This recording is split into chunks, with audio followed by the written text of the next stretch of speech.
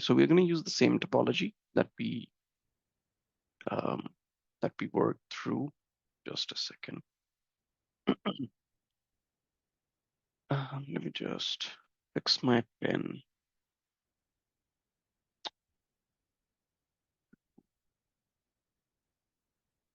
Now,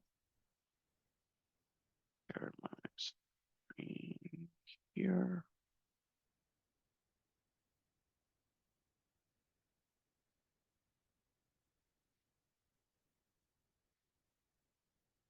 Okay, it's working.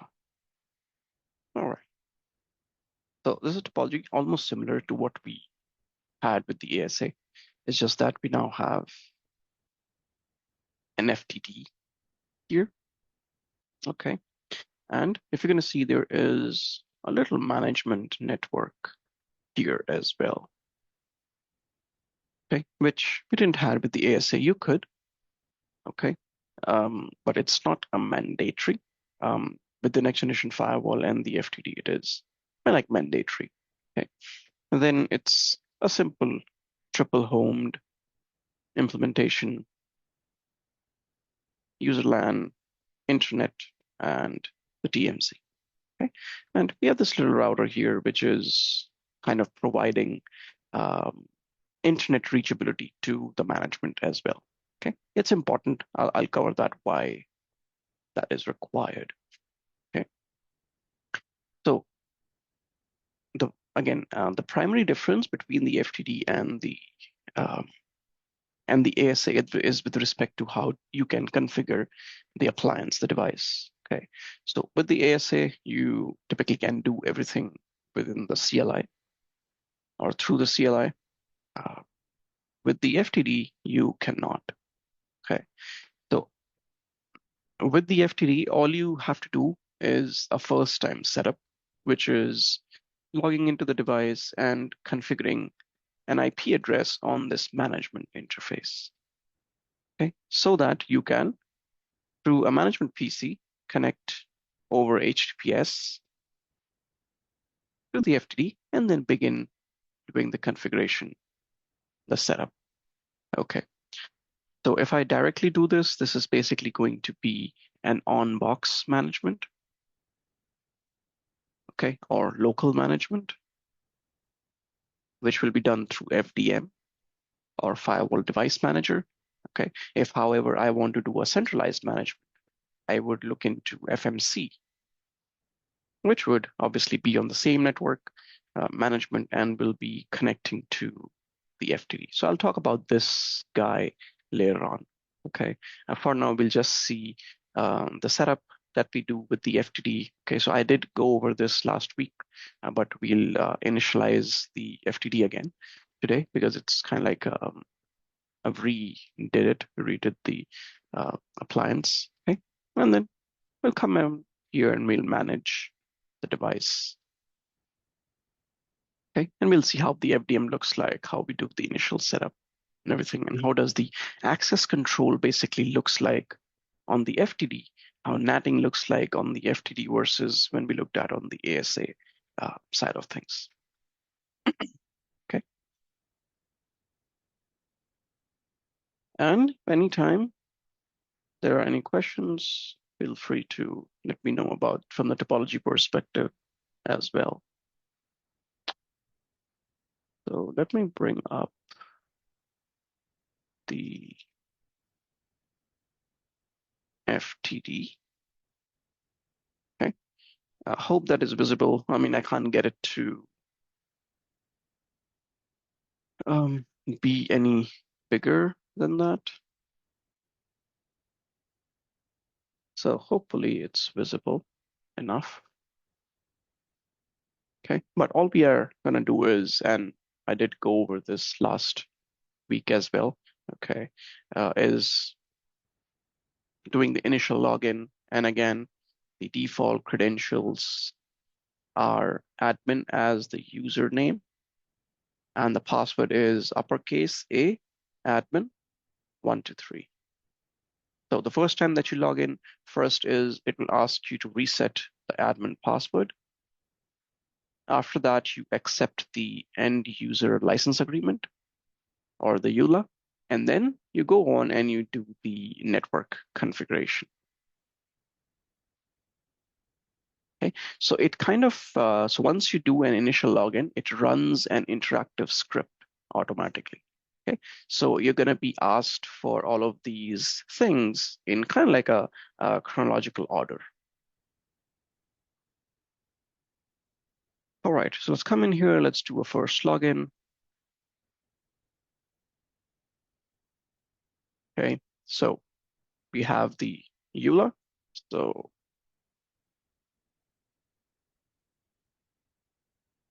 let me write it in the other direction. You have the EULA and the reset password. Okay, and we can see that we are running Cisco Secure Firewall Threat Defense, and I'm running it on VMware. And this is kind of like the latest release that Cisco has, 760. Okay, so I chose to use that. When you're trying to give the exam and everything, you might be tested on an older release. Okay, but for the most part, things are the same. Okay.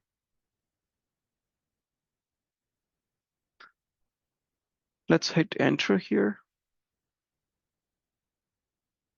Get rid of this. Enter, we're going to accept this. Yes.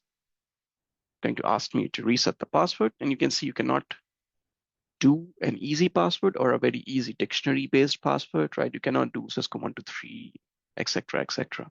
Okay. So make sure you choose a strict or a strong password. And obviously, just like other Cisco devices, you won't be able to see the password that you're typing, but rest assured, the password is taking effect. Okay.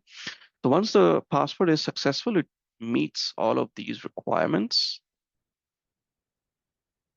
Okay, it should change for the admin user. Okay, and from here, you would now be configuring the network configuration only from the perspective of the management interface. Okay, so from the CLI, again, you cannot configure any data interface. Okay, so I cannot configure any of these interfaces. They are my data interfaces. Okay, these are also going to be my through interfaces. Okay, through which the traffic can flow, through or transit interfaces. Okay, management is a to interface. Traffic will be sent to this interface and it won't flow through the firewall. All right.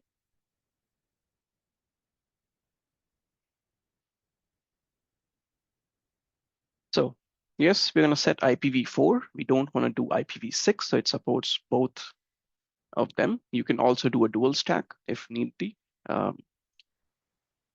You can choose to do a manual or a DHCP. I typically don't like setting up DHCP based addresses for management interfaces. Okay. What if sometimes the lease expires and my DHCP server is not working that same day as well for whatever reason? Okay, so that's going to be a bad day if you have to access, maybe do something on the firewall. Okay, so typically from the firewall's perspective, I never choose to use or do any of the interfaces have a DHCP-based password. DHCP-based address. Okay, so always manual. And again, just a personal preference. Okay, there are people who do use DHCP, but I kind of refrain from doing that. Okay, we're going to do manual here. You can see there is already an IP address. This is the default IP address on all of Cisco Firepower devices, okay, or secure firewall devices. So when I'm going to show you the initialization of FMC, it will have the same IP address by default. Okay, so if you don't want to even come onto the CLI and do this initial setup, what I could have done is I could have connected a PC on or to this FTD, okay, management interface. I could have put in an IP address in that same network and connected it to the management interface on this IP address and did the IP address changes and all of that I am doing through the web itself. Okay, so that's a reason for them to provide you with a default IP address already. Okay, if this network has a DHCP server somewhere, this management interface will pick up a DHCP address. Okay, so when you will do the initialization, when it boots up the first time, the first thing that it does on this Ethernet 0 interface, it looks for a DHCP address. Okay, so it does a discover, it sends a discover, it tries to do a DORA. Okay. If it fails, it then falls back to this address. Okay, and again, the whole purpose here is to provide you with an IP address already to which you can connect to without having to log into the CLI even once. Okay. But we have our own network here, 172.16.200.0 in the management. So that's what we are going to configure. And we're going to set this to, let me clear this out.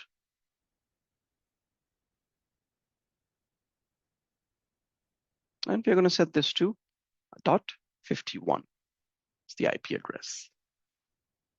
So 172.16.200.51. Okay. Default mask is good, /24. The default gateway for the management, it's by default set to 45.1. In our case, it's going to be this router here, which is at a .1, which is providing internet reachability to this management network. 172.16.200.1. Okay. A fully qualified domain name, I'll just call this virtual FTD, and let's just call it secure.lab. Okay, we don't have a DNS and everything in our environment. Typically in production, you would have, and you could configure this as being resolvable through the DNS so that whenever your admins or anyone connects to the web page, they actually use the domain name or the fully qualified domain name, the FQDN, rather than using the IP address. Okay? But I'll still provide it with an FQDN here. Next is DNS servers. Okay, so by default, it makes use of Cisco's Umbrella DNS. Okay, so sorry for cutting you short, boss. Yes. I think I might need to leave early. I missed the last two classes and I may be lost, so I need to go watch recording from the last two classes. Sure. Yep, Yeah, absolutely. one more thing, I still can't access the lab environment. Okay. I don't know. I've reached out to support, but no one has been responding. Okay. Yeah. Okay. Let me just, while I'm at it, let me just drop a message. Okay.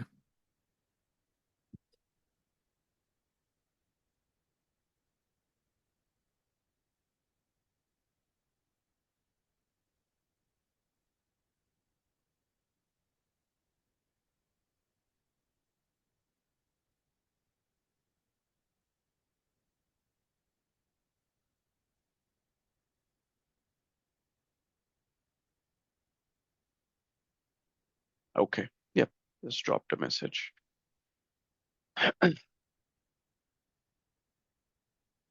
Okay.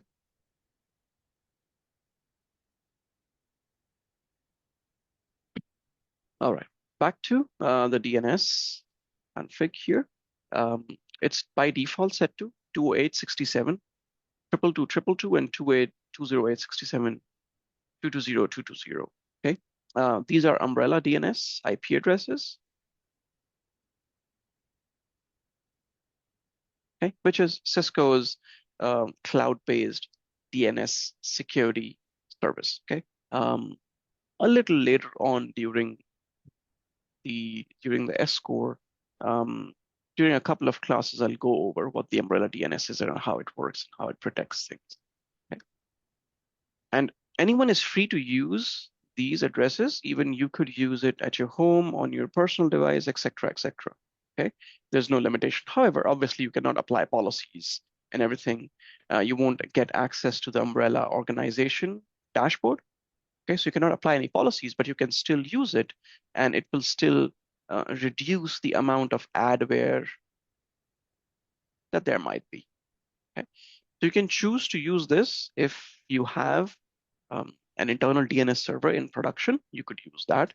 Okay, or another pair of DNS servers that I like to use is Quad 9. Okay, that is Quad 9, and the backup server for them is 149.112.112.112. This is very similar to how Umbrella DNS works. It helps to reduce adware. It helps to block, by default, some malicious websites, etc. if any of your devices at home or anyone might be trying to connect to. Okay, so I kind of never use Google DNS. Okay, and we all know the reasons. Okay. What's the reason for not using Google DNS? There's lots of ads. Okay, so if you ever set up any sort of DNS monitoring and you try to use Google DNS, you're going to see that there are tons of on your network devices. They try to connect to a lot of websites, and sometimes they kind of get redirected somewhere Oh, for okay. ads and everything. Okay, Yeah. so pointing to Google DNS, that kind of is allowed. Okay, so you're kind of um, are part of that ad kind of system, right?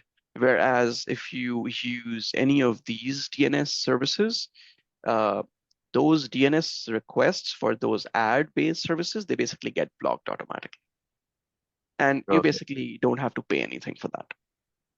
All right. All right. Thank you. Okay. So I'll use Quad 9 here. 149.112.112.112. It asks me for the search domain. This is going to be the domain that is going to be as part of our organization. Okay. So in our case, the FQDN that we configured is secure.lab. So we'll just use secure.lab. But this could be anything, right? This could be cisco.com, amazon.com, depending upon where you are implementing the firewall. Okay, so it's going to go ahead and bring that interface up, the IP addressing and everything. And then it asks a very important question. Okay, it asks us, how do you want to manage this firewall? Okay, so by default, it is set to yes, which basically means it's local management or FDM. If I set this to no, that would basically mean FMC or the centralized management or the out of band management. Okay, so in our case, we are first looking at FDM, and then later on we will migrate FMC.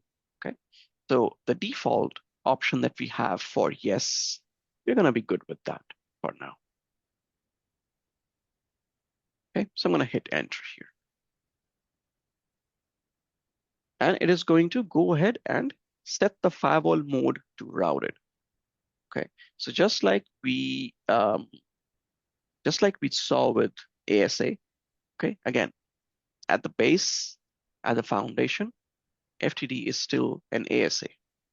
Okay, so the modes are the same here as well. Okay, we still have routed mode, we still have transparent. Okay, so here it sets the firewall mode to routed, which just basically means it will act as a layer 3 device. You'll have to configure IP addresses on all of your interfaces. And at the bottom, it basically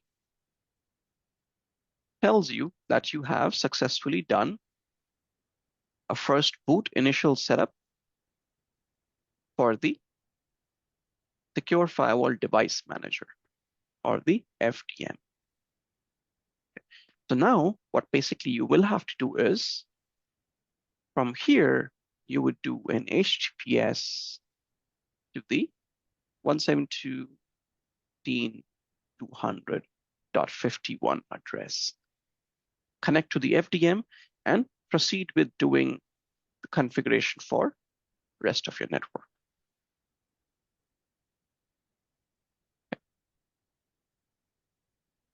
So let me bring in, clear it out.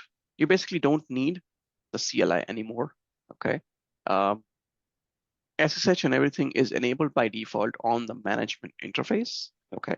So I'm not gonna show you the CLI from here. We're gonna see the CLI when we SSH to the management, okay? That's when we'll see the rest of the interface and everything, okay? So for now, we're basically done with the configuration. And another thing is, there is no configure mode.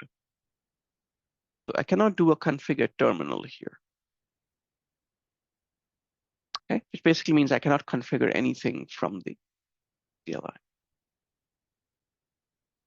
Okay, there are ways for me to still go into the CLI. Okay, or I could still go into the Lena engine CLI where it would be exactly as the ASA. Okay, I'll show that to you later on. Let's exit out of this. Okay, we change the host name, VFTD. It shows up here. It's login screen. Everything is good. Okay, let me bring in the management PC here. We're going to configure this to be a .100.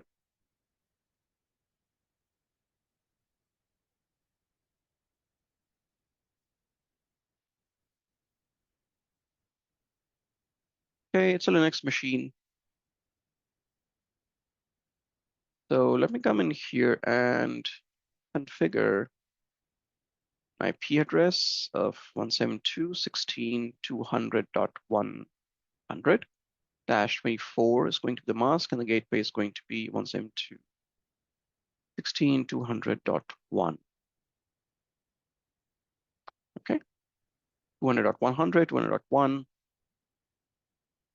and the DNS is going to be 999.49.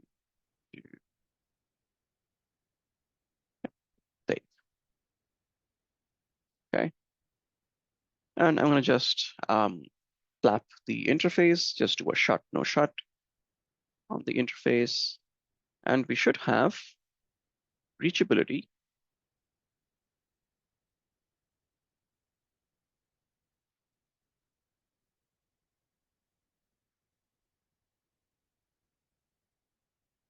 to our 172.16.200.51, which is the management interface of D. We should also be able to reach the default gateway as well if it is up and running. Is not. I'll check that on later on why that is not working. Okay.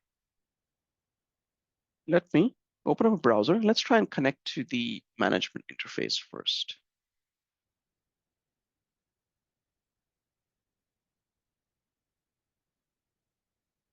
Zoom this in a bit.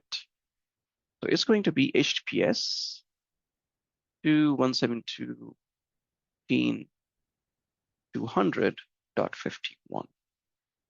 Okay, so we are presented with a self-signed certificate. If I come in here, we should be able to view the certificate, hopefully.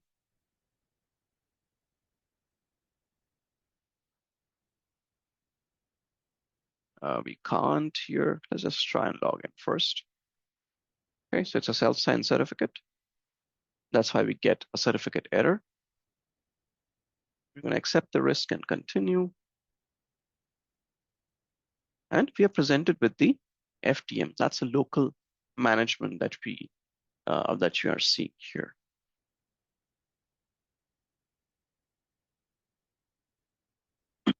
Okay. So now we can log into this using the credentials that we set or reset during the initial boot.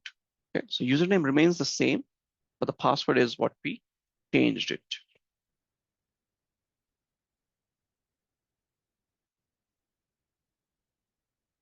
login here. Login is successful.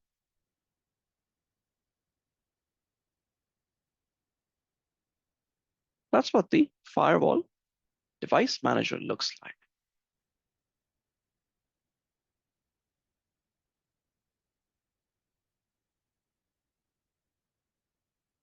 Okay, so as soon as you log in, you are basically put into this device, initial device setup wizard. Okay, so from here, we're going to set up a couple of things. Okay, same thing here. It kind of assumes that your gig 00 is connected to the internet, the outside. 01 is connected to the inside. You have a management interface to which we are connected, and you can see the IP address on it and the link state. Okay. So we're going to come in here and we're going to go ahead and set this up. Okay, so we're not going to use DHCP. We're going to set this up manually. Okay, I could leave this at DHCP, but I'll set this manually in my case. Okay, you can leave this DHCP or you can have this pick up manually as well. Okay, so we're going to set this up to in this network. And that's going to be the default gateway, 254. Switch this to manual. 10.0.137 dot, let's say, let's do 51 for this as well. Okay. And what I'll do here is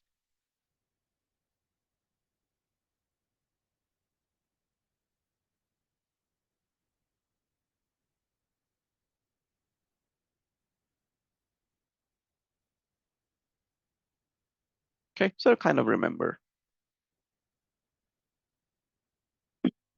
Okay, 51 gateway 10.0.137.54. Okay, and let me just see if this router is up or not. Just a second.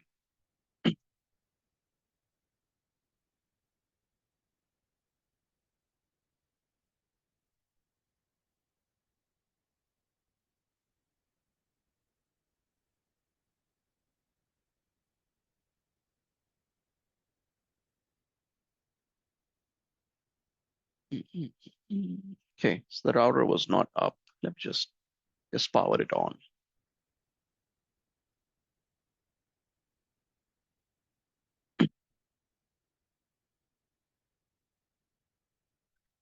So I'm using the same topology, but I have it set up elsewhere. Okay, so that's why you don't see me powering on and everything. But when you're doing it on your pods, you could just simply come in here and just do a start. Okay, that is how you would use your or power on your devices that you have.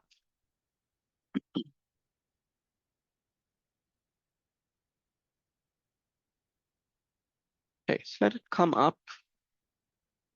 And then we're going to quickly test with a ping just to make sure working. Okay, so now that is good here. All right, so we can go ahead and do a next here. So when I do a next, it is going to go ahead and reach out this address, and it's going to ping the DNS on the outside. Okay, that's how it will kind of know that it can reach that DNS server on the outbound, and that's how it will know it can reach the internet. Okay? And let me just check if I have the correct interfaces as well. Yeah, it's okay. So I'm going to do a next here. Last week, this step was taking a lot of time. Okay, it should not now, since I'm running the lab on a separate platform altogether.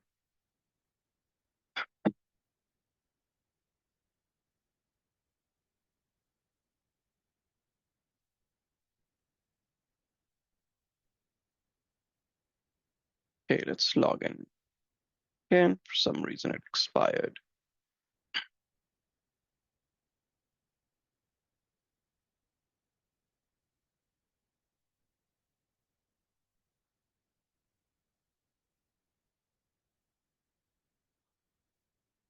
So once we have that done, it kind of logs back in, and you can see at the background shows DNS server, NTP, etc., etc. Okay. And here it comes up to a window where it asks us to how we want to do licensing. Okay. So obviously we don't have the smart licensing, etc., etc. Okay. So what we're going to do is we are going to do a 90-day evaluation. Okay. So that's the good thing about Cisco devices. You get 3 months of eval, and there is no restriction in terms of what features you can use and what not. Okay. The only thing that you are restricted to is you cannot do remote access VPN. Okay, you can still do site to site, but no remote access VPN. That's the only limitation with respect to evaluation licenses. Except for that, you can pretty much do everything. You get to download all the updates, all the intelligence, information, everything. So we're going to do a 90-day evaluation, and we're going to choose a performance tier. Okay, so performance tiers, they're basically dependent upon the resources where the firewall is running. In our case, it's running virtually. Okay, so depending upon how many resources and everything there are. So for example, the labs that we have, for every firewall, we are doing 4 virtual CPUs and 8 gigs of RAM on a per firewall node basis. Okay, so depending upon this, it also governs what sort of a throughput the firewall will provide and how many VPN sessions can this firewall handle because of the resources. Okay, so that's what the tier or the performance tier is. So if you're going to go down here, sometimes it can give you recommendations, okay? Or you can choose a variable. Okay. Or in my case, for example, for the 4 virtual CPU, 8 gigs of RAM, I basically know from memory that I could do FTDV20, which gives me 3 gigabit per second of throughput. And you can see here as well, 4 cores of CPU, 8 gigs of RAM are needed for this. And it gives me a rate limit of this and a VPN limit of this. If, however, I want to choose V100, this will require me to have, or the firewall to have 16 virtual cores or 32 gigs of memory. Okay, you can see how the VPN limit is more than 10 times of what it was with the FTDB20. Okay. So I will choose this. It's just a lab environment, right? I could also do with just FTDV 100, okay? It's still 100 Mbps, okay? Or I could do FTDV 1 Gbps. They all need the same resources, okay? So this is the minimum resources that your firewall needs virtual. And you can go up to 3 Gbps. Anytime you have to go beyond that, the resources will increase.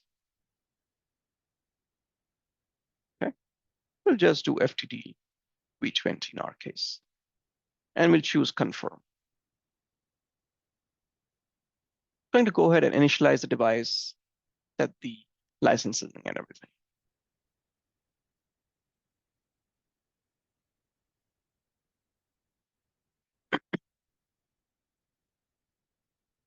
Okay, so now that the licensing has been done, so this is what the FDM looks like after the initialization. Okay, after the initial setup that has been done. Now, some of the tabs here, they will be self-explanatory. Okay, so for example, the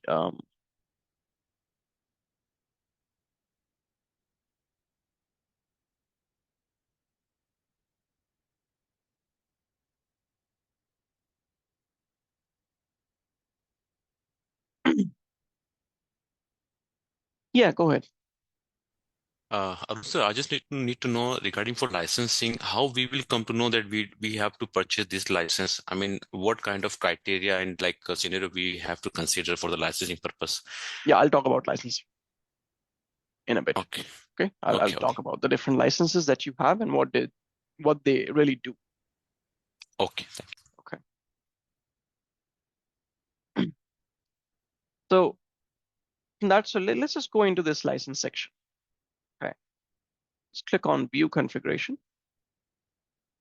And in here at the top, you can see that we are in evaluation period. There are 90 days left. And at the bottom, you can see the different types of licenses that are supported.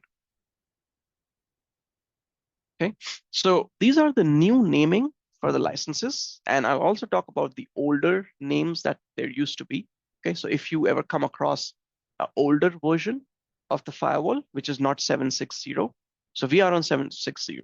Okay, if you're going to be on 7.4 or 7.2 or 6, the naming is a bit different, but they kind of do the same thing. The functionality is the same. Okay.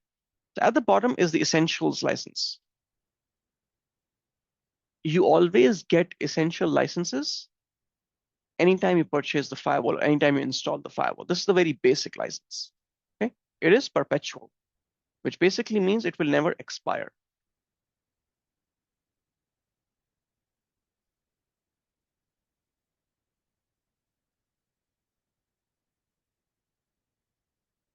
Okay, these are perpetual, and you can see what it does. Essential firewall capabilities, which is basically it can do your routing, NATing, VPN. It can do application visibility and control, AVC. It can help to do layer 7 application detection.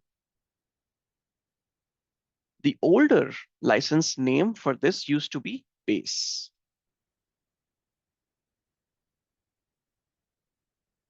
Okay. Next is the IPS license.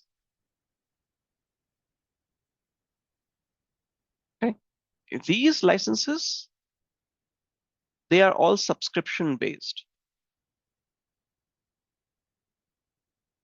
Okay. So you can buy them in terms of 1, 3, 5 years, sometimes 7 years as well. Okay. And they expire. They are not perpetual. Okay. They don't come installed with the firewall, just like essentials or base would do. And the name is self-explanatory.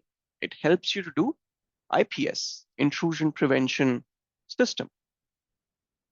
Okay. The older name for this used to be threat. It used to be called a threat license. Now it's called IPS.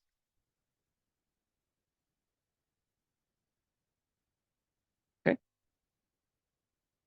Next is URL filtering, or for URL. Okay. You need this license if you want to use Cisco supplied or Cisco provided URL database. Okay. If you don't want to use Cisco's URL database, you can still do URL filtering. You can still block traffic based upon URLs, but you won't get the benefit or you won't get the database that Cisco is providing. Okay. So when we talk about database, Cisco provides a database of URLs where you have different URLs sorted out into different categories. So for example, there would be a social networking category in which you will have all the websites that belong to the social networking category. In addition to this, you would also have reputations. How reputed a website is. Okay, so if it has a higher reputation, it will have a higher positive score. If it is a malicious website, or if chances are that the website might harm you as an individual, your organization, etc., it will have a negative reputation. Okay, so Cisco has done reputation-based categorization as well for URLs. So with this license, you get to use these within your policies and everything. Okay, that's why you need the URL license. It has remained the same, so there has been no change in the naming and everything. It previously used to be called URL, it's now called URL as well.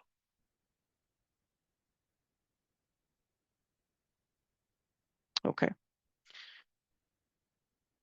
The next license is malware defense. Okay, this is to do antivirus malware protection.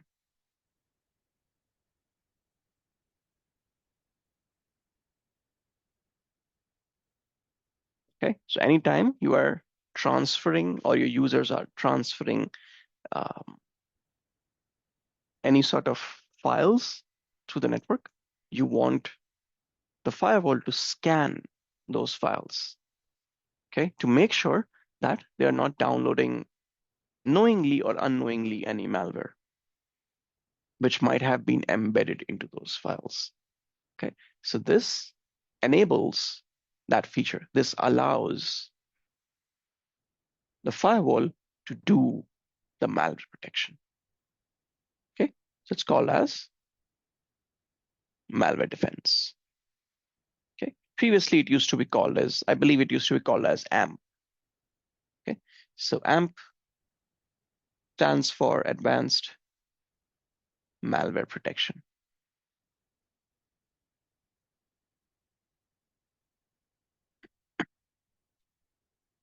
Okay, this year it's a new license.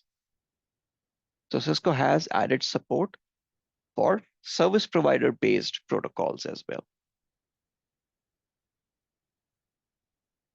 Okay, so if you are running this firewall, maybe let's say in the core of a service provider backbone, where you might see these protocols. So you need to have this license in order to do inspection for these protocols. And if you're going to see, it says disabled in evaluation mode, which basically means you cannot enable it in evaluation mode. You don't see that here, because you can use these features in evaluation mode as well. Okay, this you cannot. Similarly, the final license here is for the Cisco Secure Client. This used to be called as AnyConnect, which is Cisco's remote access VPN client. Okay, so this is what I said, the remote access VPN.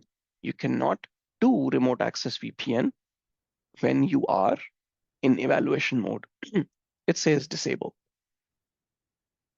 So I cannot enable this. However, I can enable all of these. Similarly, I cannot enable this. Okay. So all of these licenses that you see, they are all subscription based.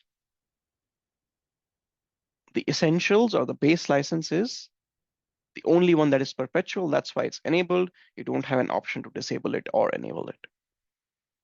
Okay, so anytime you buy a firewall, purchase a firewall appliance, virtual, you will always get this license.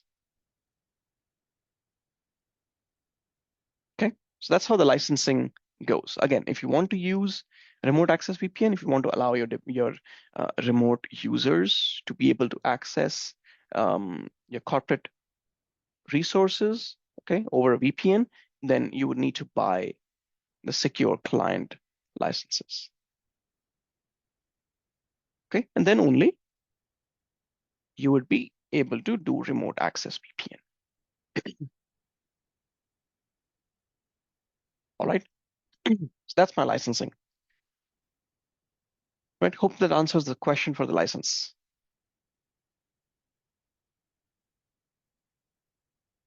Yes, sir. Okay, so in our case, obviously, we're going to enable all of these ones which we can obviously enable in evaluation mode. Okay, so IPS is enabled now. URL should be enabled.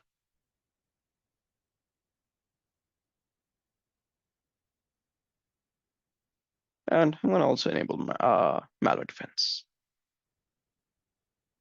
Okay, so we have IPS running, URL running, and malware defense running. So using all of these, I can download all the updates, do everything that needs to be done. Obviously, we're not looking at any carrier-based or service provider-based protocols. Ignore that. No, the only one thing that we cannot do is the remote access VPN. But I'll still talk about how you can do the configuration, how the configurations and everything are done and everything. Okay. So that's your license. So now our firewall is initialized and it's licensed in evaluation mode.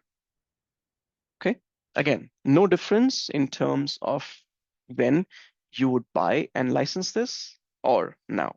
There are no restrictions to features except for remote access. Okay.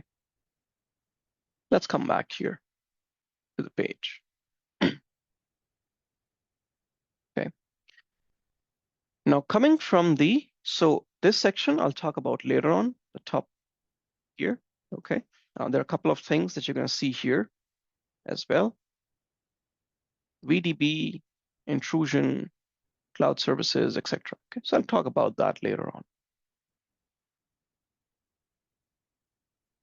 Let's see some of these things here. Okay. Let's set up our interfaces. Okay. Let's set up our interfaces based on what we have here.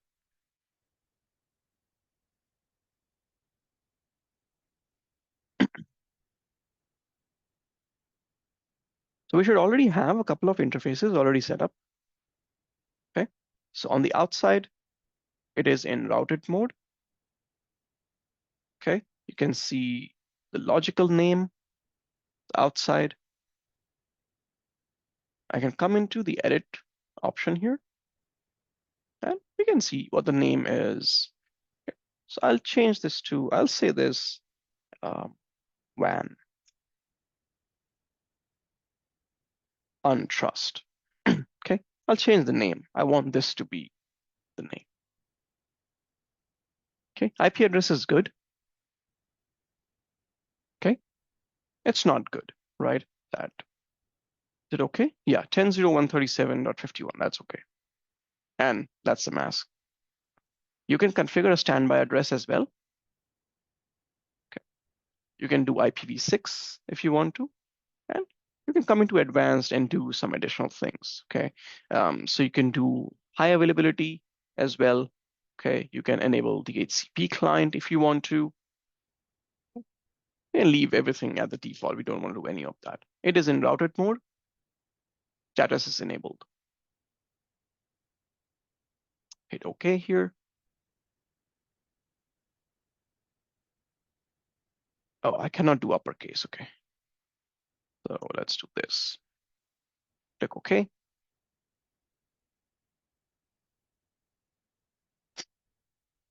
Zero 01. This is not the addressing that we have for the inside or the LAN network, so we're going to change that. I'll change the name. I'm going to say user LAN, and I'm going to call it trust. Okay. Now the network that we have here is 192.168.10. The firewall is going to be .1.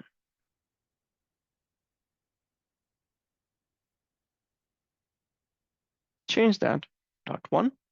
And if you're going to see to the right, it says there is a DHCP server already on this interface configured.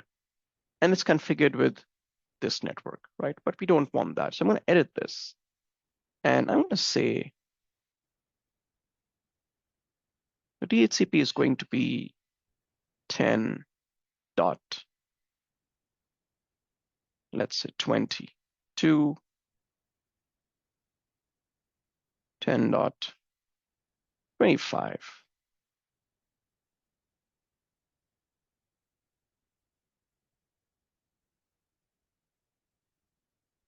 Okay, 10.20, 10.25. Okay, so I could configure it from here. There's another place where I can configure the DHCP server. Okay, so what I'll do is, in our case, I'll just delete this DHCP server from here, from this interface. Okay, so no DHCP server on this interface for now, but we have changed the IP address and we have put in the name. Keep it as routed and status is enabled. Now the gig 02 interface, that belongs to DMZ 20.1. And if you're going to see, there is nothing related to security levels now, okay? Because it's a zone-based firewall. Edit. Now if you're going to see, the status is disabled, which also basically means that this device is, or the interface is, in a shutdown state. I'm going to come in here, I'm going to say DMZ, and I'll call this semi-trust.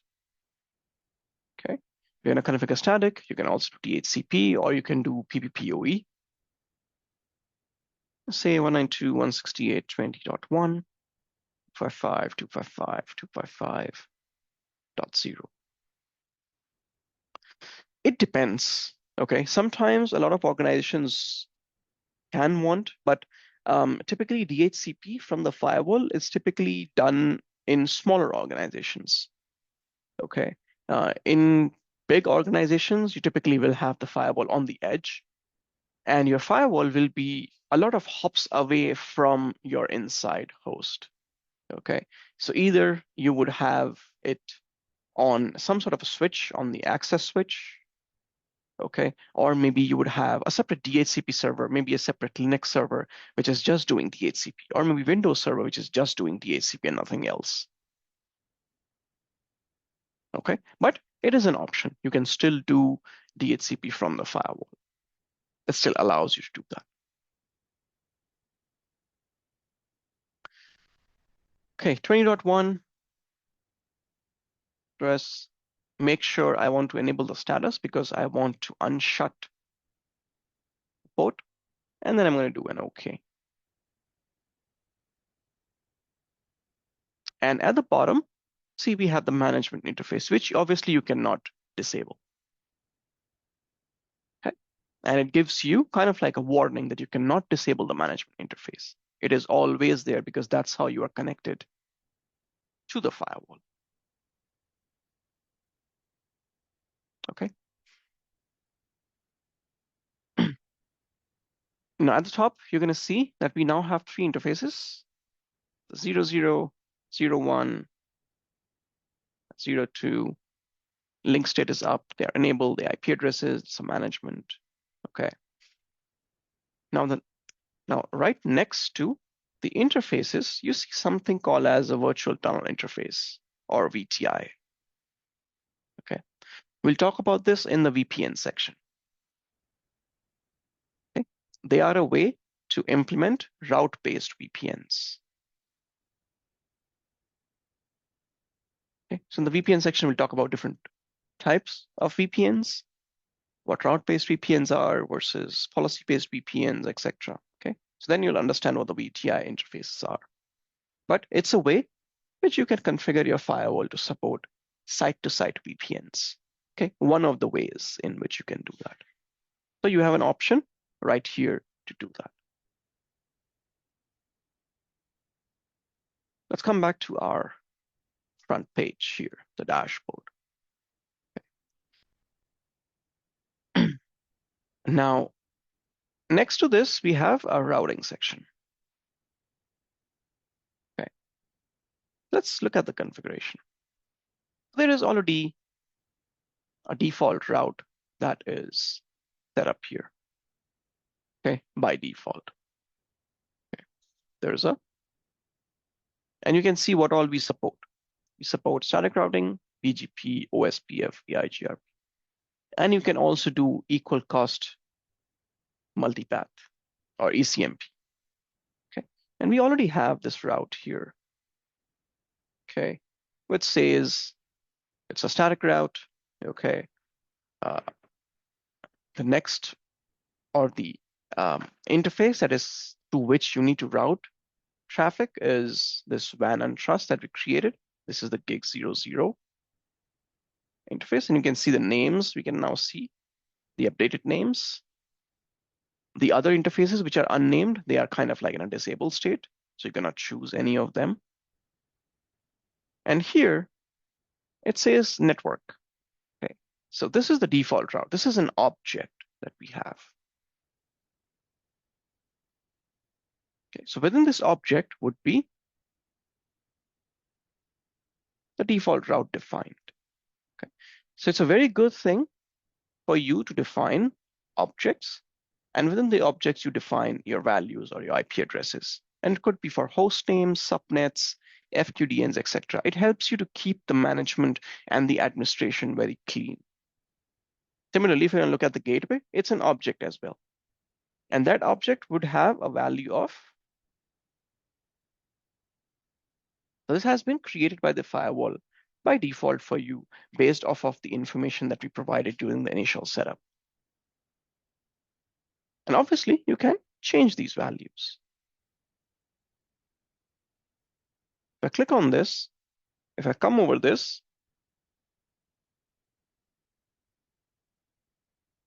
from here, we can't really see that value, okay? Similarly, if I come in here, okay, I can come in here, I can add my own network, right? So this is here, you can come in here and it will show you the value. Click on this. That's a network that it has defined. Similarly, for the outside IPv4 gateway, if I click on this I, you can see what it has as the value. Okay, so if I want to change it, I can create my own self-explanatory. Maybe I don't like the naming convention, so I can create on this click new network. I can add my own object. So I'll say default route, and I'll say 0, 0, 0, 0. Okay. Okay, and that should appear somewhere here. And I could instead choose this guy here and uncheck him. Click on OK. We should have our own created object now. Similarly, for this guy here, I want to create a new network object, and I want to say edge, or let's say internet edge, okay, which in our case is 10.0.137.254. And it's a host. So I don't need to provide a subnet mask. It knows that it is /32. Click on OK here, uncheck him, check him, and we have our own gateway object that we've created. And I'm going to rename this to just data ground. Click on OK. Okay. And then obviously, if you want to do BGP, OSP, FEIGRP, you can use any of the above as well. Okay. So we're just keeping it simple. We're just doing data ground here. Let's come back here. There's an update section here. I'll talk about this in a bit. Okay. First, I want to talk about some of the other additional things. Okay, I want to configure my DHCP server. So if you're going to see this section on the right, this has a lot of the system settings. And one of the settings is the DHCP server. Okay, so let's come into this system settings section. Let me click on this See More. And you have some additional things that you can do from a global perspective. Okay, so let's come into management access first. Okay, so it basically tells you how you can manage the firewall. Okay, you want to do AAA. Here we have the management interface. It's set up for any IPv4, IPv6. You can control what source networks are allowed. Okay, so in my case, let's say for HTTPS, again, we need objects. Okay, so I'll add a new object here again, and I'll call this MGMT network. And it's going to be a network. So in our case, the management network is 172.16.200.0. Okay, that's a management network. I only want this network to be able to access my firewall on the management or Yeah, on the management interface. Click on OK. So from here, I'll be able to now choose my management network. So I'll first choose HTTPS, and then I'll choose another one. And this time I'll say SSH. Same thing. Okay. That's because I could remove these any values.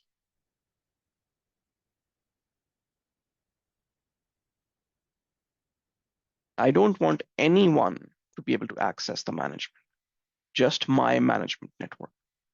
And always add your network or your allow statements first before deleting the others. Otherwise, you will lock yourself out from the device. The configuration is still not committed. We have just saved the configuration. It's still not committed yet. Okay, so think of this as still being a running config and not a startup config. Okay. You have management web interface. You can see you can have or create a different certificate for the management. Right now, it's just using the self-signed certificate, and this is the self-signed certificate. If you want, you can create a new one, or you can generate a new one yourself as well. Here we have data interfaces. Okay, so if you want to allow management on the data interfaces, you could do that as well. By default, the management is only on the management interface. Okay. Now let's add our DHCP. So we'll come in here to DHCP. There are a couple of things. You can have the firewall act as a DHCP proxy or relay as well, if needed. But we only need the DHCP server. So I'll click on the DHCP server, and I'll create a DHCP server. I'll enable it. On what interface do I want to enable it? On the inside, the user LAN interface. And my address pool is going to be 10.0. 192.168.10. Let's say 22.192.168.10.25. Okay, click on OK. All right, that's done. Now, during those or for those users, I also want to provide the DNS information as well from the firewall. Typically, the DHCP server will do that. I'll come into configuration. And from here, so I'll disable auto configuration. And I'll configure DNS that I want to provide. Okay. I could use Open DNS. This is the umbrella DNS. If I click on this, it will populate the 208.67.222.222 and 208.67.220.220 addresses. Okay. I could choose to use any other DNS server as well. And save that. Okay, so now we have configured my DHCP server, enabled it on the user LAN interface, and also configured to provide DNS information to the users or to the user devices. Okay? That's only how they'll be able to connect or reach the internet. Now, if I go back to my interface, we should see on the user LAN interface, we should see the DHCP server being added.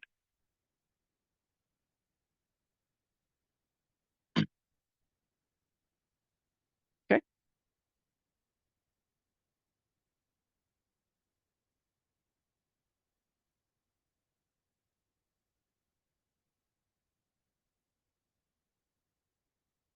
That's my DHCP. And a couple of other things that you can do from the section here. You can change the host name if you want to. You can change the NTP settings. By default, is set to the default NTP servers, right? Maybe I want to change it to something else.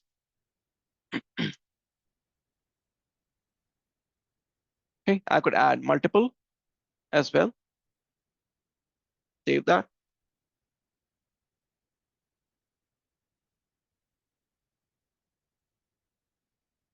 From the firewall's perspective, I could also change the DNS server information. Okay, so by default, it is set to the umbrella DNS information. Okay, or this is a custom one. So if you come in here, this is what we configured when we did the initial setup. We configured 9999. Okay, there is also the DNS server group, the umbrella DNS server, which has these addresses. So from here, I could edit this as well. I could say quad 9 DNS. And you can see that search name that we configured during the initialization.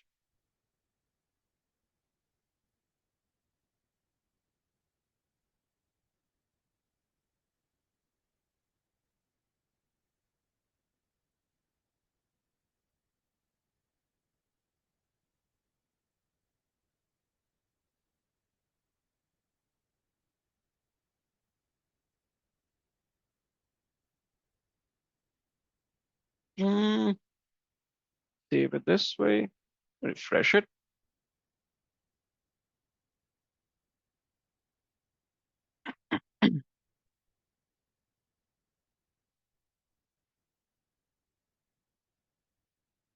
Now we can save that. Okay. Time services, this is the SSL settings. Okay. Again, it basically tells you what it's for, just for remote access VPN. Okay, we'll talk about that. If there is an HTTP proxy in your environment, okay, so sometimes what happens is you cannot directly connect to the internet. You have to go through a proxy. This is where you configure the proxy so that the firewall knows that it needs to go through some other device before it can reach the internet. Right? From here, you can do a shutdown or a reboot as well. There are some cloud services that you can connect to. Okay, this is the CDO, the Cisco Device Orchestrator. Okay, this is the SaaS-based service through which you can manage multiple geographically deployed firewalls.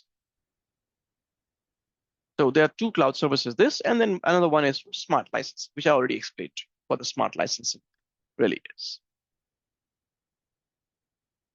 And if you, at some point in time, want to migrate from the local management through centralized management, FMC, you can do the management from, or you can do the migration from here.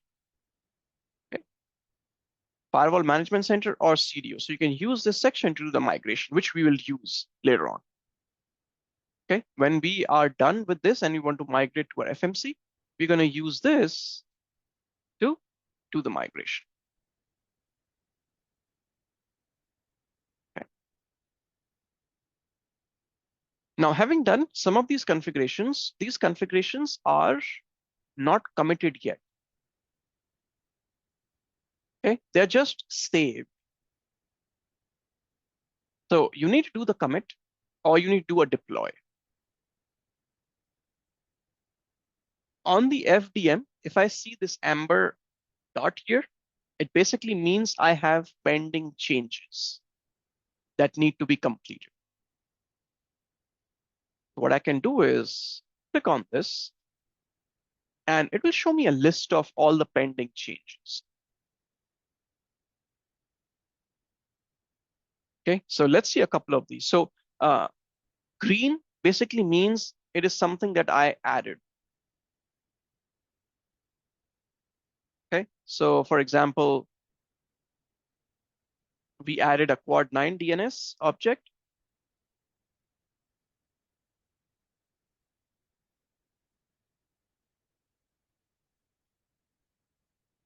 And so some of these settings are pending from the initialization. Okay, so we never did the deployment. So a lot of these default things that need to be added, the default objects that need to be added, they're still pending. Okay.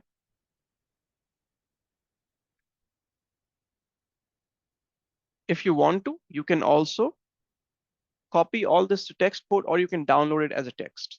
Okay, you don't really have an option to do a PDF.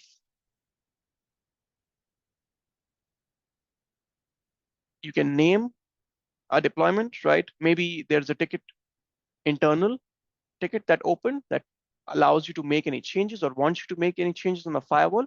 So this is to keep a track of that. Okay, so you can name it, you can configure or add your ticket number here so that when your devices are audited and everything, people know who made the changes and why the changes were made. Okay, so this is a good way to keep the audit logs relevant. So for now, what I'll do is I'll just do a deploy now, which will basically commit all the changes that we have done. And at the top, it says that the task was added, deployment is in progress. You can see the progress in the task section. This is the task section. This will show you all the running tasks, any completed tasks, how much time it took. Okay, so the database initialization after the first install or the initial install, it took about 6 minutes and 27 seconds. And any tasks which might have failed. Okay, so you can see how quickly the task completed. It took only about 31 seconds to implement all those changes.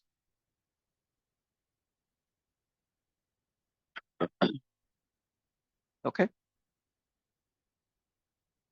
Now come on this, there are still some changes which are pending to be deployed. Let's do it once again. Let's do a deploy now again.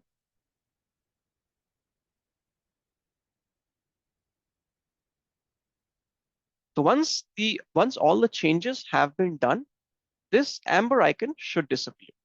That's when you basically know that all the changes have been complete. Okay.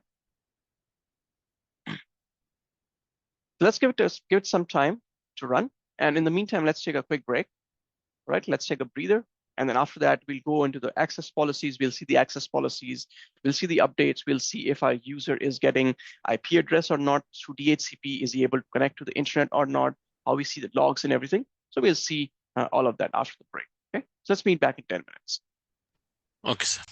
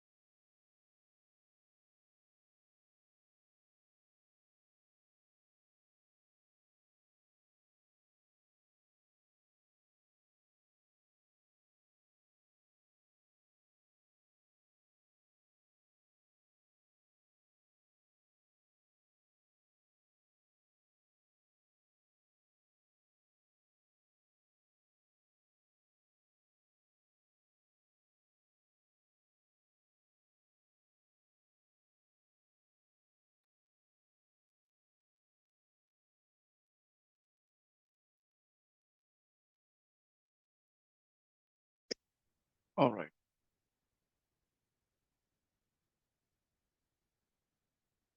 So as we can see that last one completed as well, took about 2 minutes that to complete.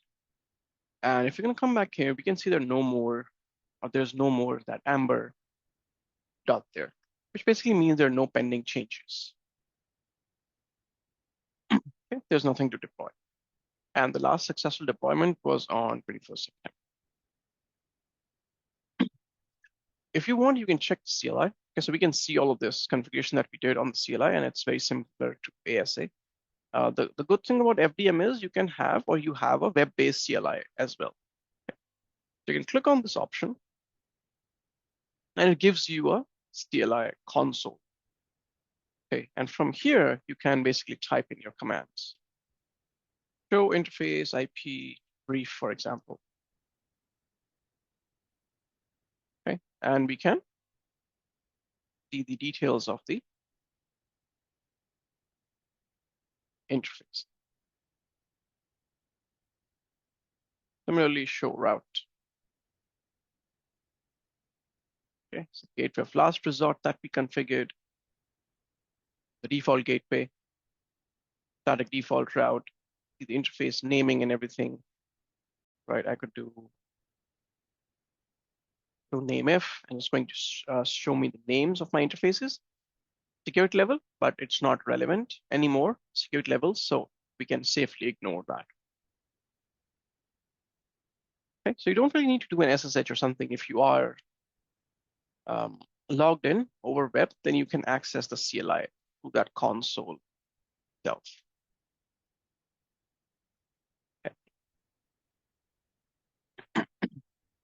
Now let's take a look at some of the other things, right? We still won't have a lot of traffic going through the firewall because we have not looked at the access control policies, okay, which on the ASA side of things, we used to call them ACLs.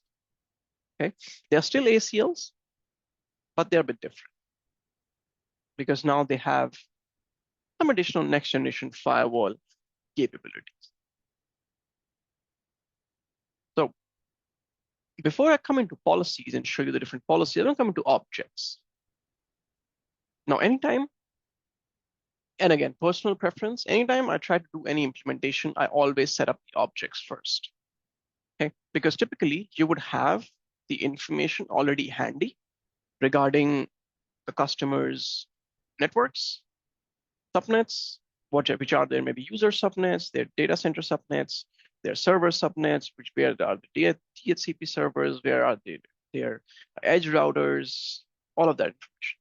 Okay, what applications they want to block, maybe with what URLs they want to block, if they have any syslog servers, etc.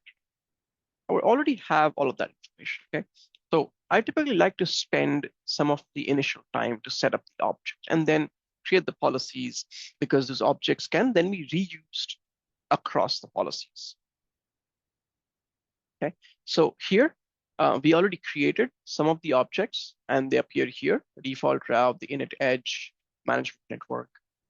Okay, I'm going to create a couple of more. So if I'm going to come to add network here, and you can create various types of objects: object network, object host, FQD and range. Okay, and I already showed you how you create the objects on the ASA. We are now doing the same thing, but on the web. Okay, but if you take a look at the CLI here, and if I do show run object, the objects are created similarly.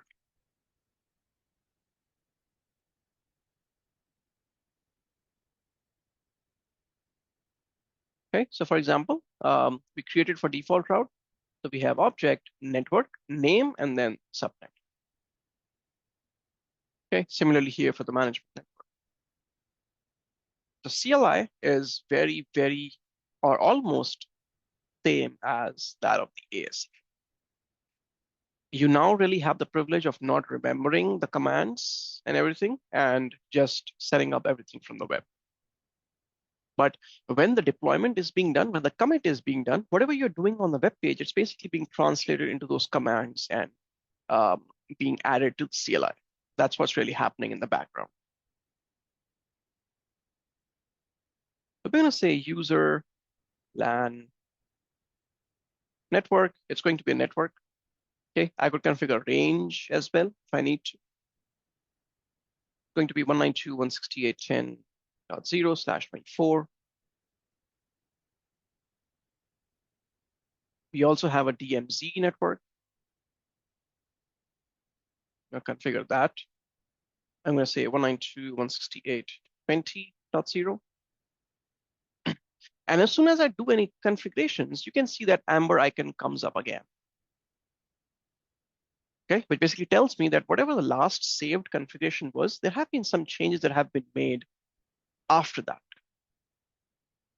Okay, so if you will click on this, right, it will show you this is the object that we just added.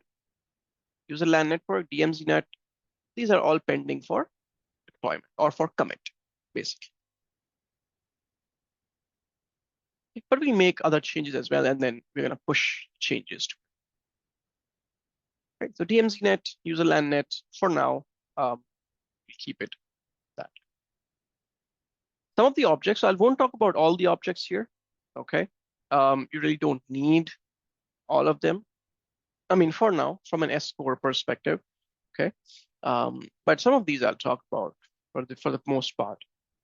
Ports, these are basically they're already defined objects for well-known or commonly implemented ports. If you want to, you can add own ports. TCP, UDP, ICMP, any other protocol, you can add port information and create objects for that. Next important thing from the perspective of next generation firewall are the zones. Okay, these are the zones that attach to your interface.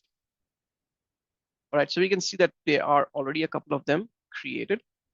Delete them. Create our own. Okay, this is already in the policy. Okay, we will create a couple of additional ones. But the problem with these, so not the problem, but the reason for these is to be able to allow you to do access control. So there are no security levels anymore. It's security zones now. Okay, so for example, the inside zone is applied to the inside interface. The outside zone is applied to the outside. And I'll create one for DMZ. Routed, and I'll choose the interface from here. It'll be DMZ first. Click OK and click OK.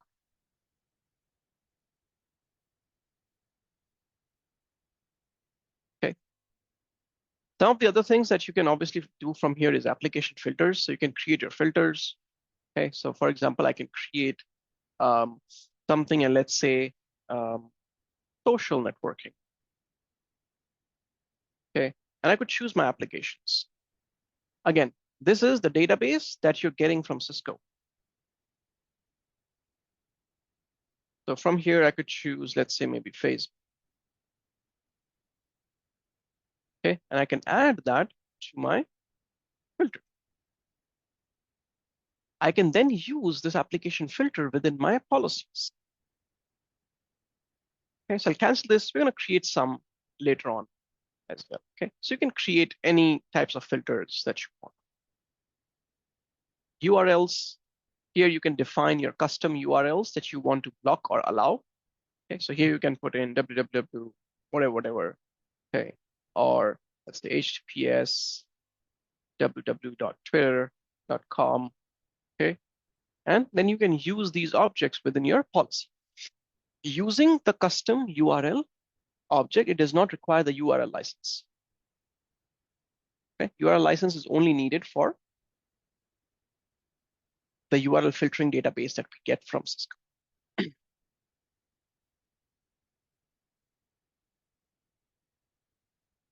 Geolocation, this is where you can create your objects with respect to continents, countries. Okay, maybe I don't want to allow any traffic that is originating in China. Okay, or maybe I don't want to send any traffic to China. So you can create geolocation objects here. Countries and continents.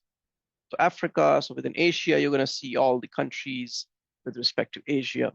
Okay, so from the firewall's perspective, it is able to correlate a public IP address against which country that IP address is registered in, or where is that IP address residing in. So based upon that, or based upon countries and continents, you can create your policies as well. That's geolocation. Again, all of these databases, they are being supplied by Cisco through updates. Okay, and I'll show you those updates in a bit as well. Syslog servers, you can define if you have any syslog servers in your network, in your environment, you can do syslogs. The IKE options here, they are from the perspective of doing VPNs. Okay, identity sources, you want to grab any user identity information. Maybe you have Active Directory, you're doing AAA, maybe you're doing SAML, maybe you're doing multi-factor authentication. You can configure those identity sources here. Okay, identity or user identity, user visibility, right? Maybe I want to capture usernames as well. So pretty good place to configure your identity source.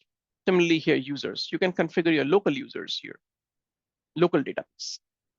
But this is mostly from the perspective of remote access VPN. Okay, so when users use some sort of a client to log in, right? They use some sort of a client to log in to the VPN, remote access VPN. You basically supply username and password credentials. So you can define it locally. And rest of these, some of these are more advanced topics, which you typically won't need to worry about for the most part. Okay, so I'm not gonna discuss all of these. For example, SGTs and everything. Okay. So those are your objects. Okay, again, now keep this picture of the FDM in place. When we'll see FMC, you're gonna see there are a lot more that you can do in FMC, which you cannot do in FDM. From the perspective of objects, from the perspective of interface configurations, from the perspective of policies, etc. Okay. Next, take a look at policies. Okay. Now, this is where you define your policies. Okay.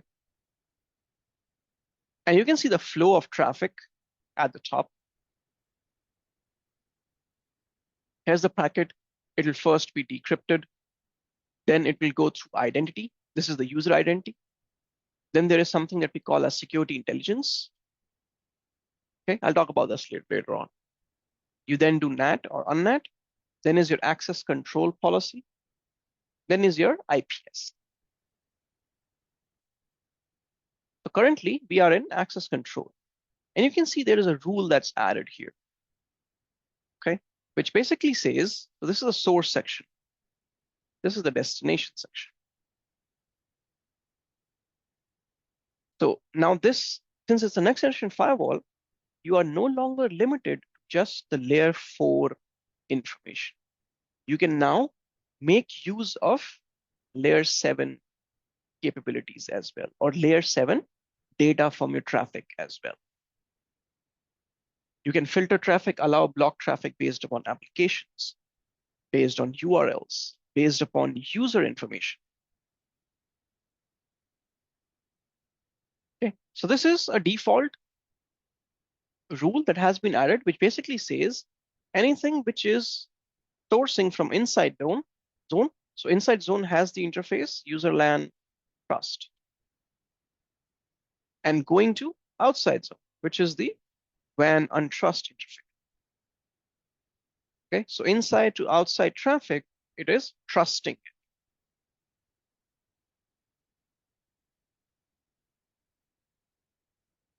Okay, and it could be any IP address, any source port, any destination port, network, any application URL, any user.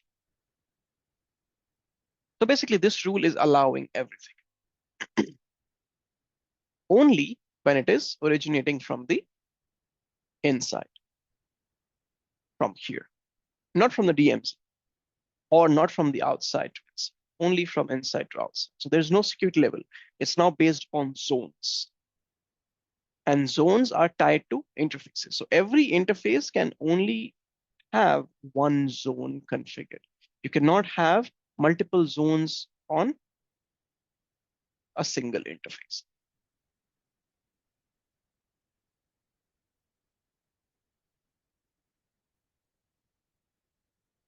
So let me delete this. Let's create our own custom one. Okay, that way I'll be able to show you a couple of. So this left section is source, right is destination. And from the top, you can do applications, you can do URLs. This is where the URL license comes from. Okay, it's the user information. Okay, it says that you need to do identity policy. This is the IPS intrusion policy. This is the file policy, where you can control upload and download of different file types. And you can also do malware protection or malware defense. The last section here is login. Okay, so whether you want to enable logs or not, and it is done on a per rule basis. So for example, in our case, we'll just say normal internet access. And there are three types of actions here: allow, block, and trust. Block is obviously we know what block is. Allow is being allowed. Trust is, this is a difference from ASA. In ASA, we used to have just two things: permit and deny. Okay, deny now is block. Now permit can be either an allow or a trust. When I say trust, it basically means that I trust the traffic. So I don't want to do any additional deep packet inspection. I don't want to apply all of the next generation firewall features since I trust the traffic. Allow basically means I don't trust the traffic. So do deep packet inspection, do next generation firewall features, or apply next generation firewall features. This basically means no or limited next generation firewall feature, because I am trusting the traffic. You would typically use trust for internal traffic. Okay, maybe your user is trying to access, let's say, Active Directory, and that traffic, if it goes through the firewall, you could trust that traffic. However, if your users go out to the internet, you will not trust that traffic.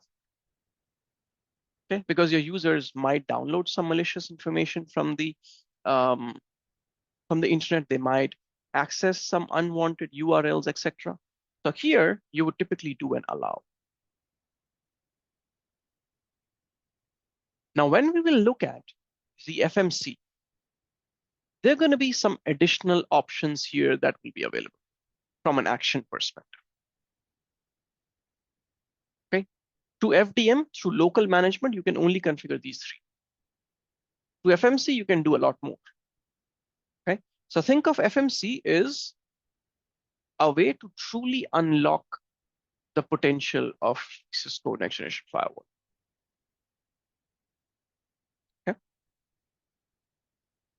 So in our case, since this traffic we are doing as internet access, I'm going to do allow first.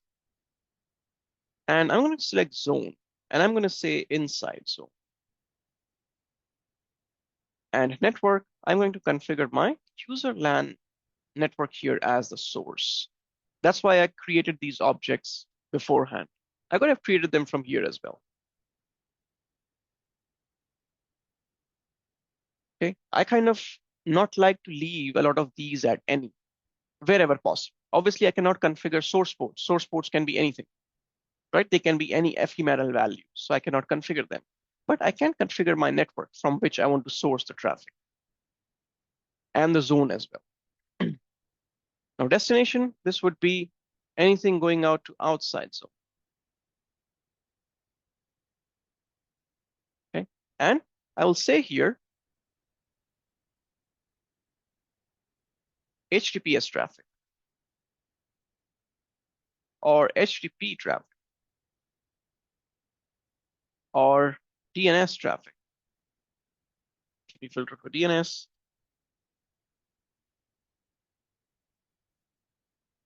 These are the only ports for which I want to allow traffic, nothing else. Now, so doing this here, I'm still using layer 4. This is still being translated to UDP port 53, TCP port 80, TCP port 443.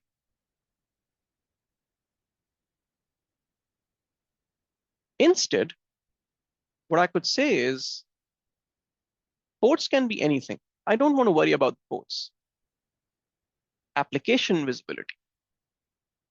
I want my application to be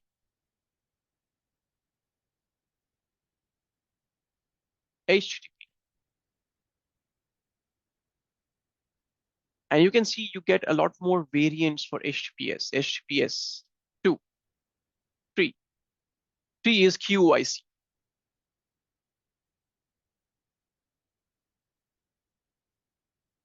This is a new experimental protocol by Google. This is basically HTTPS, but over UDP. Okay, so nowadays, if you try to use Chrome browser, Chrome uses QoIC. Okay, a lot of organizations currently are blocking this traffic.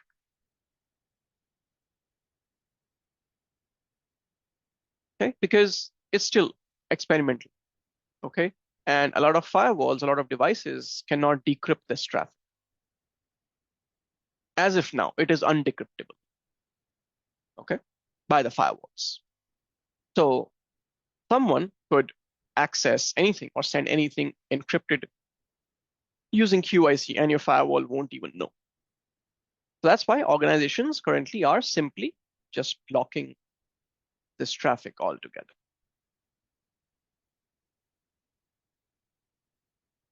Okay, so I'll just keep it enabled here for now. We're just in a lab environment. HTTPS. Click OK. This is now application layer visibility.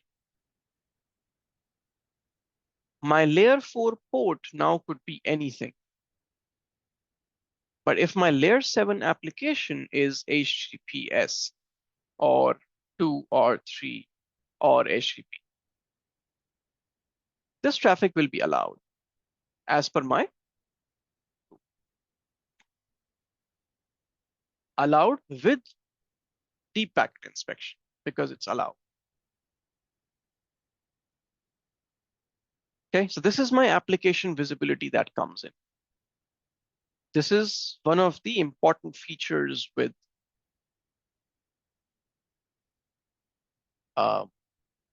next generation firewall, AVC. Application visibility and control. So I'm able to control the traffic based on the applications rather than the layer 4. Okay. In here, I would also like to add DNS.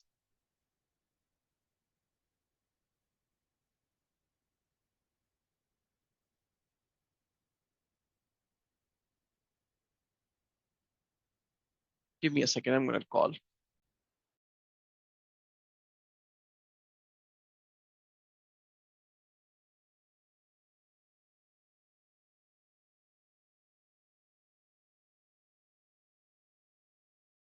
Okay, sorry about that. Right, DNS, and you have other various ways of doing DNS over HTTP3, you QoIC, or over HTTPS. DNS over QoIC you have, DNS over TLS you have. Okay, maybe you don't want to allow any of these DNS services. right? So you see, you have much better control with application visibility than with ports, where all you can do is just say block UDP port 53. Now, what about all of these different variants? The way that DNS can travel to your network. That's why application visibility is kind of important. Okay? So I'll just use DNS. And there are other various as well. OpenDNS, NextDNS, MDNS, DNS script. Okay. This I'll talk about DNS script. This is how Cisco's umbrella handles DNS. Basically, DNS packet encryption. Okay. So I'll click OK here. Right. So we are no longer reliant on layer 4 information, but we are moving to layer 7. Okay. I'm going to leave all of these unused for now. I'm going to come at the very last, and I want to see the logs. So when the traffic flows through the firewall, it uses this rule. Okay. I want to see that rule sending logs or generating logs, generating events. I want to see the logs at the end of the connection, once the connection has finished. Never choose this option. Okay, so at the beginning and at the end of the connection. So you should never do both. It can, really do some performance issue on the firewall. Okay. Typically at the end is when I want to collect as much information about the session as possible. Okay, so it would give me IP address, MAC address, whoever the destination is, IP, how much packets were exchanged, etc., etc. A lot of detailed information I can get. For things like if I want to send ICMP traffic,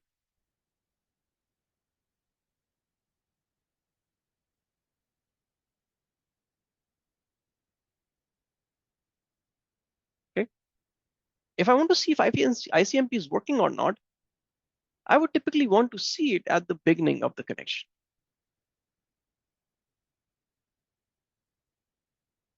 Maybe something like SSH. I would want to see it at the beginning of the connection.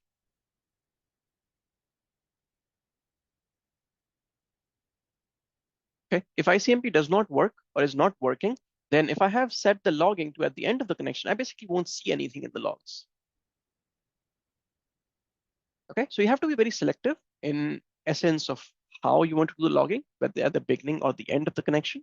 For the most part, at the end of the connection is typically what you would do. But if it's things such as ICMP, SSH, or things of those nature, you would typically do beginning of.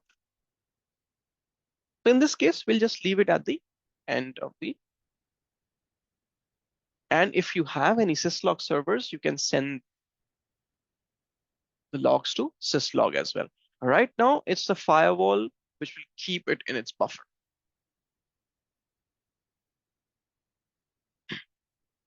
And at the bottom, you can see the diagram as well. Okay, so you can see source. There is any user, any geolocation, any port can source, but there's one network that I have defined. There's one source zone, and I have set to allow. Okay, and underneath that allow, you can see some icons here. These two are grayed out. This is black. The grayed out ones is basically means it's not enabled. So this stands for IPS. This is for your file policy and malware. Okay, so these two are disabled. We have not configured any intrusion policy or file policy. This is for logging. Right? We have enabled logging.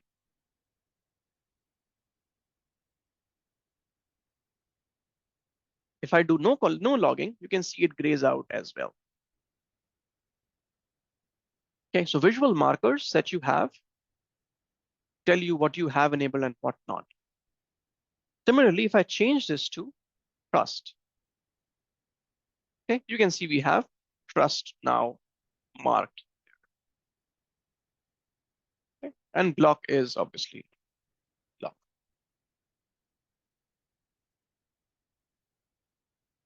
And we can see the destination is one zone, and then 5 applications are defined. The test.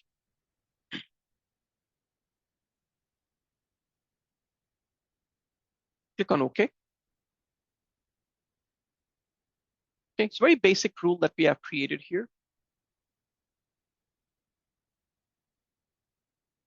Inside zone, source is going to be that user LAN network. Destination, these are the applications that we are allowing, irrespective of the layer 4 port.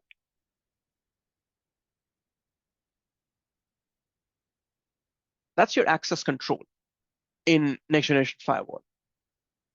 Okay, again, we're doing the same thing. And once this gets implemented, just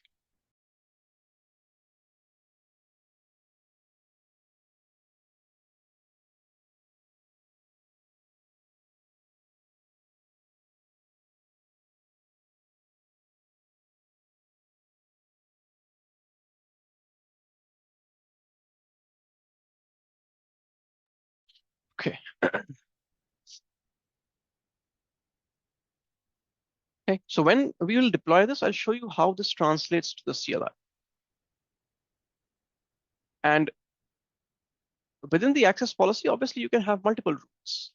And these rules are matched in a top-down fashion.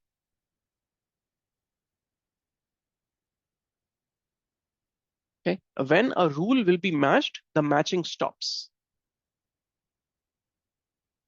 And if none of these rules that you have defined match, the traffic is then will be handled by the default action. This is the same thing that you have within an ACL as, let's say, an implicit deny or an implicit permit. The default action is always there. So if you're going to see here, the default action is set to block. So if the traffic does not match here, this rule, then that traffic will basically be blocked because of the default action.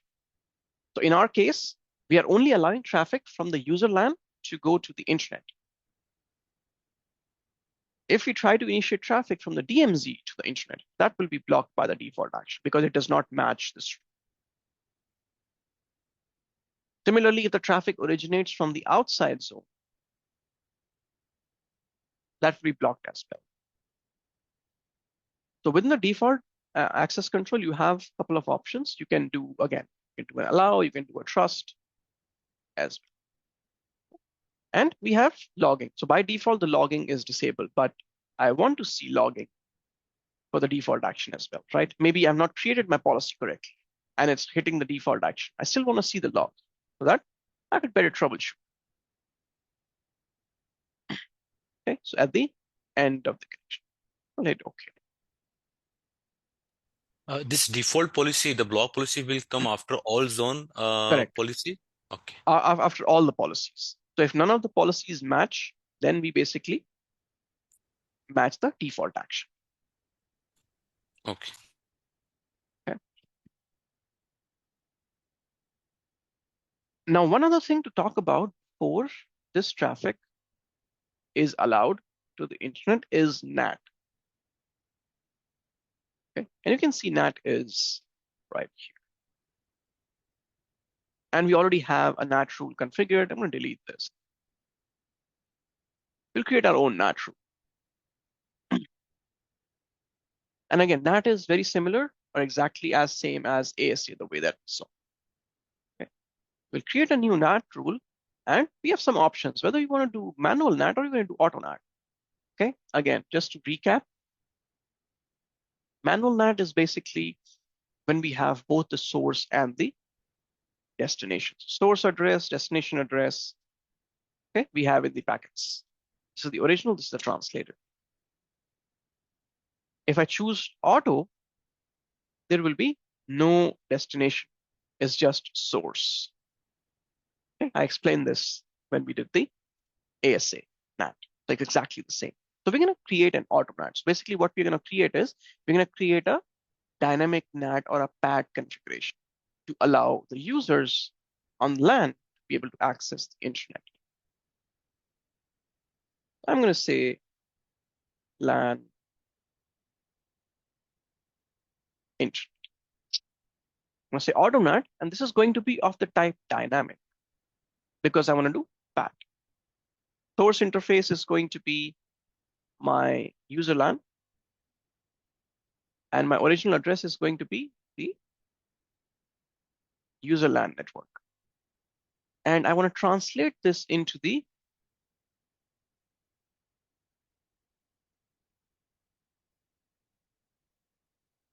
WAN untrust.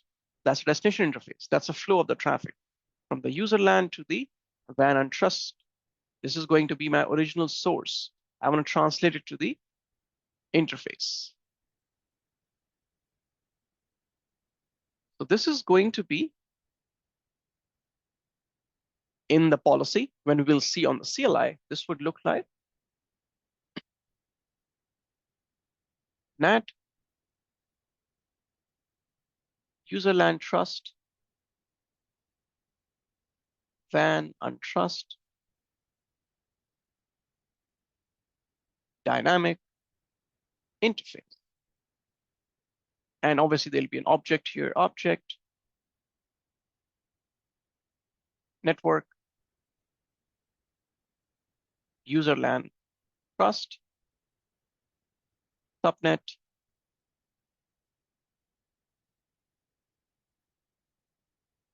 one 10.0.55.55. This is what it will look like in the CLI for this, right? So that's my user LAN. Find here as the object. User LAN trust to WAN trust. That's my zones that we have. So, and dynamic interface. That's what we have. Okay, so the ASA pad or dynamic NAT that we saw in action on the CLI, this is what it looks like when configuring to the web page. Very simple, very straightforward, obviously, not as complicated as the CLI. Okay, so I'll leave this here. We'll check it on the CLI when we do the commit. But this is what I really need to allow the internet access. And we can see the diagram as well. This is going to be the original packet. That's going to be the source. It will be translated. Source would be the interface's IP address, whatever the interface has here on the outside. Okay, so dynamic here basically means PAT or dynamic NAT. So I can leave this translated code as it is. There's no need for me to make any changes here. Okay, it will automatically handle it because of the dynamic nature. Click OK. And this is what the rule looks like. And you can see it is auto NAT rule.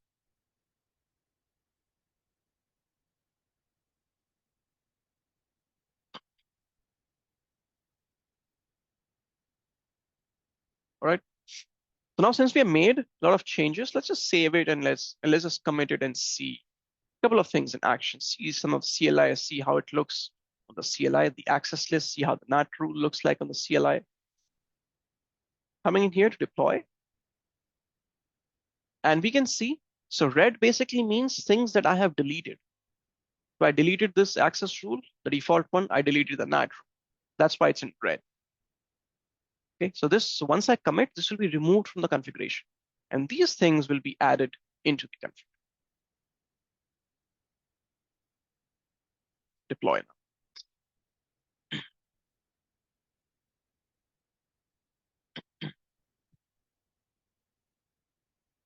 Come in here. Let's just wait. It should complete pretty quickly.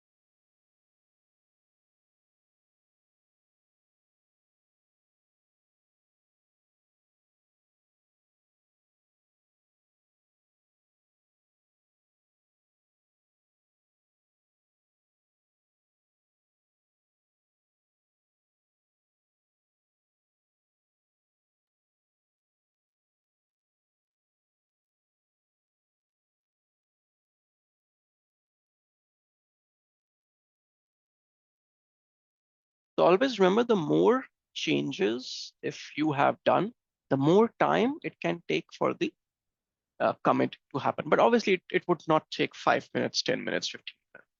Okay. Typically can take 50, 60 seconds, a minute and a half, right? This is where we did a lot of changes. This is where a lot of changes were done. That's why it just took about 30 seconds, 31 seconds. Okay. During initialization or the first time, it takes quite some time, about 6 minutes.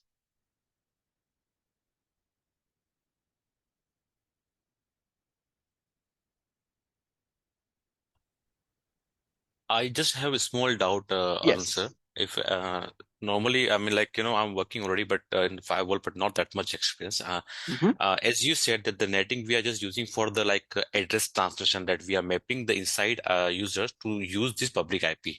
So Correct. example, I do have 10 subnet, and those 10 subnet will go to internet. So I will just create object group. I will add those subnet over there, Correct. and I allowed this object group to go through with this netting outside with this pet IP with one Correct. IP. So Right. I created netted, but I did not create any access rule. So those 5 subnet are eligible to go outside without access rule, or I do So require to create it? you would be required to create access rules. So we already created the access rule.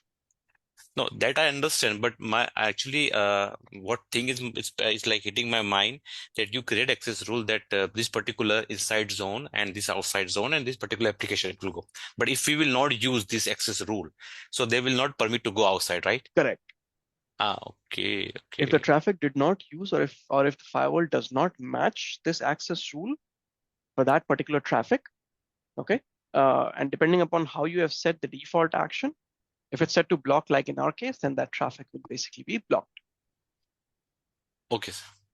Okay, so you have to make sure that your netting is proper, routing is proper, and then your firewall has the rules to actually allow the traffic to go through as well. Okay, sir. Okay. This seems to be half completed. Yeah, but took about 2 minutes pages. Let's take a look at, let's come into the CLI, or let's do an SSH into the management. Here, move this a bit. Say SSH admin at 172.16.200.51 equal to password. Okay, so we're into the firewall. And now if you do a show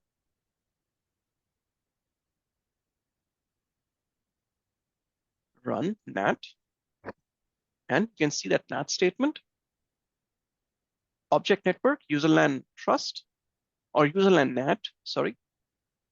Okay, and that's a NAT statement, dynamic interface.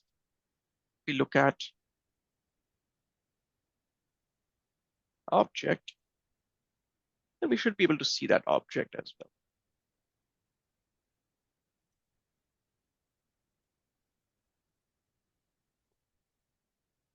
Okay, so the NAT configuration that we did translated to exactly how you would see on the ASA.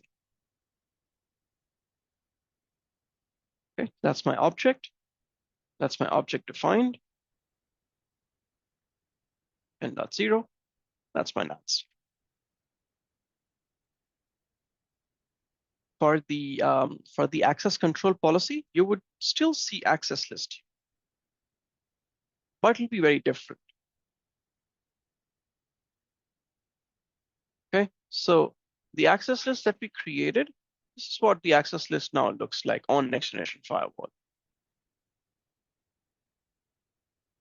The line 3. It says advanced permit. Okay, and here we see the user LAN trust object. This is the zone, source zone. Okay, that's the source address. That's the destination zone.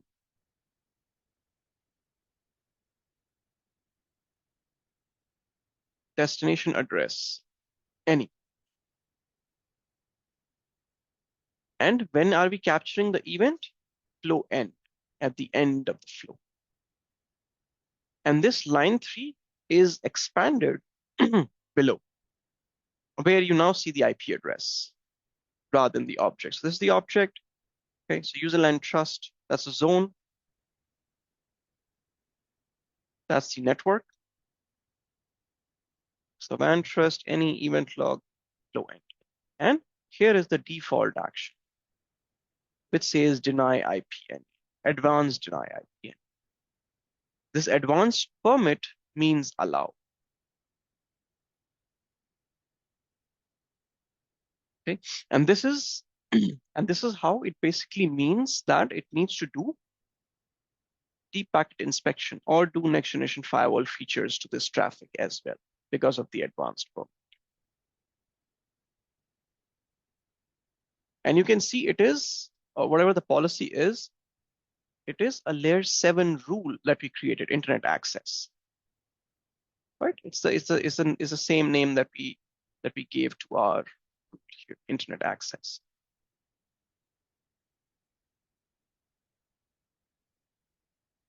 Okay?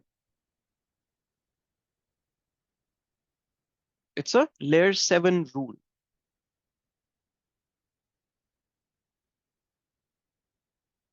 Because we are using layer 7 things, we are adding the applications and everything.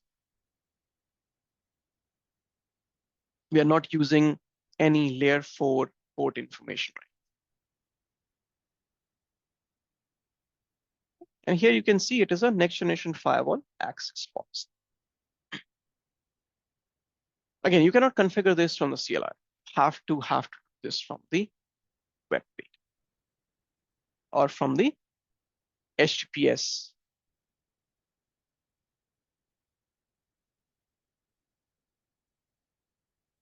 Okay.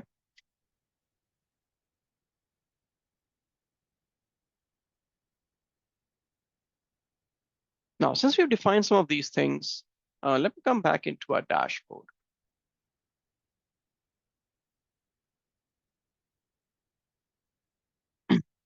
And one of the problem that you will have with the FDM is anytime you change the names.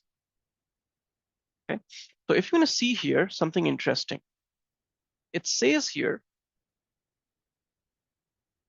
so before the firewall was saying that this interface is connected to inside network, 00 was connected to the outside. Right now you can see there's no reachability. And if you're going to say what it says, it does not show any interfaces connected to any network. And it says there is no interface named outside. There is no interface named inside. This is another, I would say, a thing with the FDM that you have to use the inside and the outside as the names. You cannot use any other names. Otherwise, this is the problem that you'll face. Okay, this won't be a problem with the FMC. When we'll do on the FMC, when we'll take a look at the ASA, we took a look, we could name anything. Okay, but when you're configuring it from the FMC side of things, this is a problem that you would see. So if I go ahead and change this to go into interfaces, 00 is connected to the outside to the WAN trust. So I will rename this to outside.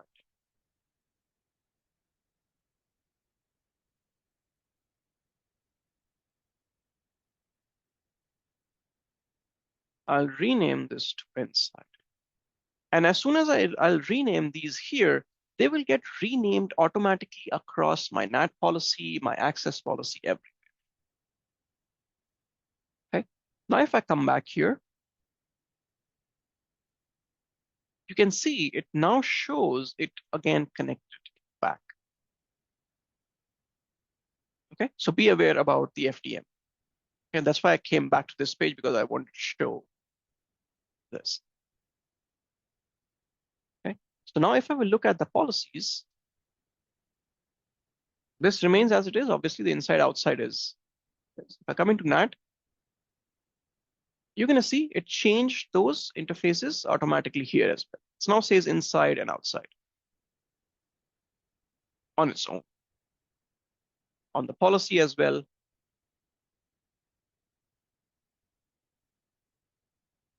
Okay, so it kind of corrected itself automatically. Let's do a deploy here, and then we can test. Okay. So now I have made the changes. I have not deleted or added anything, but these values on the interface I've only changed. That's why it's in blue. Neither green nor it's red. It's a very small change. It should happen pretty quickly.